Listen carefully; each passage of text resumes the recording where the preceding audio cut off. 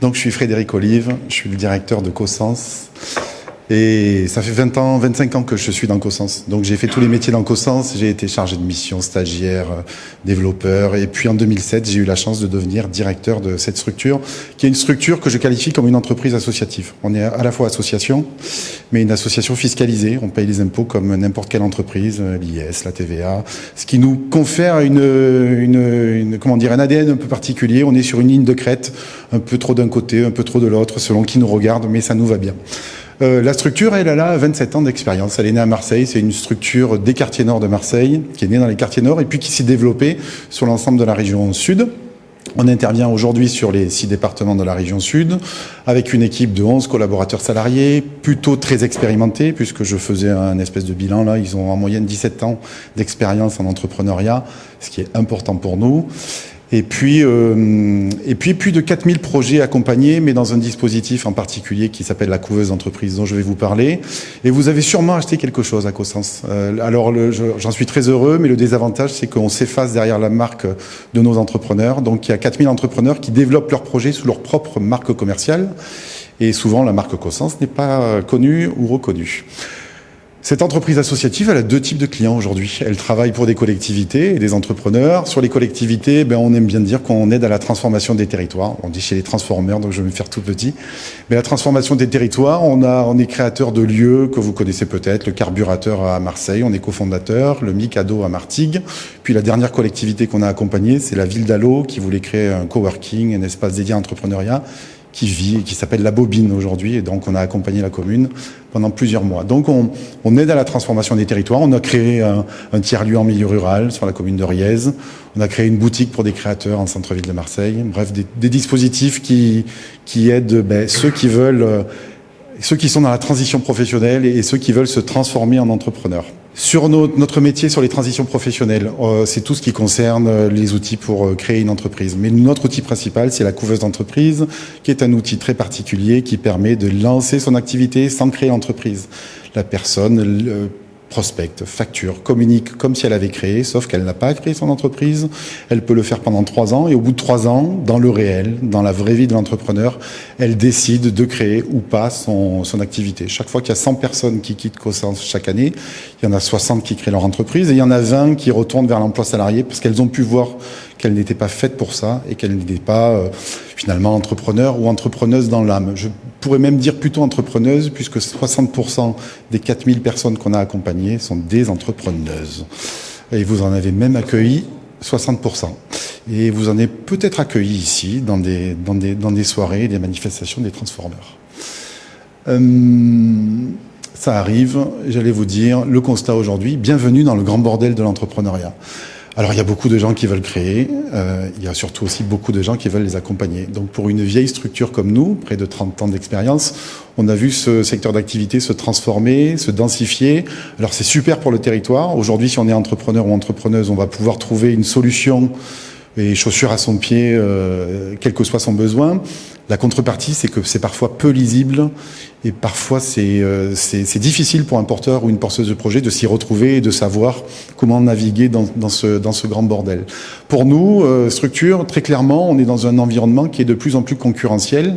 Le maître mot, c'est aussi coopétition, il est un peu à la mode. C'est-à-dire que le lundi, on est en coopération avec mes collègues de la Chambre de commerce, que je voyais hier. Et puis le mardi, on peut être en concurrence parce qu'on va répondre chacun de son côté sur un appel d'offres de l'État, d'une collectivité. Donc ça crée un grand ou un petit bordel, je le dis comme ça. Mais donc ça nous challenge aujourd'hui. Quels sont nos enjeux aujourd'hui de structure? C'est, je dis souvent, la bataille du sourcing, elle est quand même engagée sur tous ces dispositifs. Chacun essaye de sourcer le meilleur projet, le plus vite, le plus beau, le plus impactant. Et donc, il y a cette bataille du sourcing. Il y a même une deuxième bataille du sourcing qui est celle de trouver les meilleurs collaborateurs ou collaboratrices pour pouvoir accompagner ces gens-là, des moutons à 5 pattes. Donc, il y a des enjeux de sourcing, c'est-à-dire comment nous, qui existons depuis maintenant 25 ans, on peut se projeter dans les 25 prochaines années dans cet environnement-là, dans cet écosystème-là qui s'est densifié, qui est très coopétiteur ou concurrentiel. On a des enjeux de changement d'échelle. La structure, c'est 11 collaborateurs salariés depuis des années. C'est pas tout petit, mais c'est pas très gros. C'est une espèce de taille intermédiaire. Et pourquoi je dis qu'on a des enjeux de changement d'échelle? Parce que pour pouvoir exister sur le client financeur public. Aujourd'hui, pour exister, il faudrait qu'on soit sur une taille supérieure, j'allais dire, pour pouvoir continuer à exister dans des radars et se projeter dans les radars de certains financeurs publics.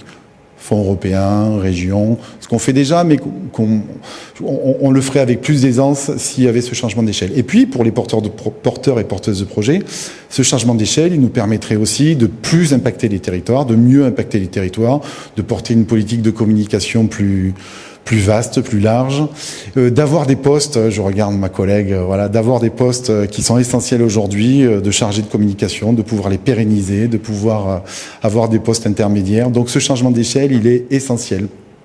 Et puis on a des enjeux de diversification. La structure, c'est une structure généraliste historiquement, même si ces dernières années on a creusé un sillon. Sans jeu de mots, on est gestionnaire d'un espace test agricole, c'est-à-dire qu'on accompagne des porteurs de projets qui veulent devenir agriculteurs sur la commune de Pertuis, 5 hectares, où là on a des agriculteurs, des tracteurs, des pôles, des pelles, des pioches, tout ce qu'il faut pour entreprendre. Et puis à l'autre bout, on est aussi cofondateur et gestionnaire d'épiceries paysannes, donc un peu depuis ceux qui produisent jusqu'à ceux qui commercialisent. Il y a un espèce de cercle vertueux qu'on essaye de créer. Et donc là, on pourrait aller plus loin et thématiser plus fortement ce truc-là. On est un acteur de l'anté-création, c'est-à-dire plutôt avant la création. Il y a des enjeux aujourd'hui, vous en avez entendu parler ces dernières semaines sur la cession, la reprise. Donc on pourrait aussi devenir un acteur de ce segment-là. Donc il y a aussi des enjeux de diversification pour aller vers là. Et puis, donc une nouvelle fois se réinventer, on l'a fait plusieurs fois parce qu'on est une structure où il y avait 100% de financement public. Aujourd'hui, on est à peu près à 60-40 péniblement, 60% de financement public, 40% de financement privé. Et donc on essaye de se réinventer une nouvelle fois. Pour se réinventer, on vient ici de quoi on a besoin d'être challengé sur cette feuille de route. On est un peu, je dirais pas en vase clos, mais on connaît notre écosystème, on connaît notre univers. Et ce qu'on vient chercher ici, c'est de frotter nos neurones avec des neurones différentes, plus dynamiques, avec un point de vue différent et de nous aider à faire ce pas de côté. Peut-être en nous disant, là, vous êtes à côté de la plaque, ou au contraire, en nous accompagnant, en essayant de nous accompagner pour aller plus vite sur un créneau ou sur un autre. Donc ce qu'on attend ici, c'est du frottage de neurones, et ça sera déjà super.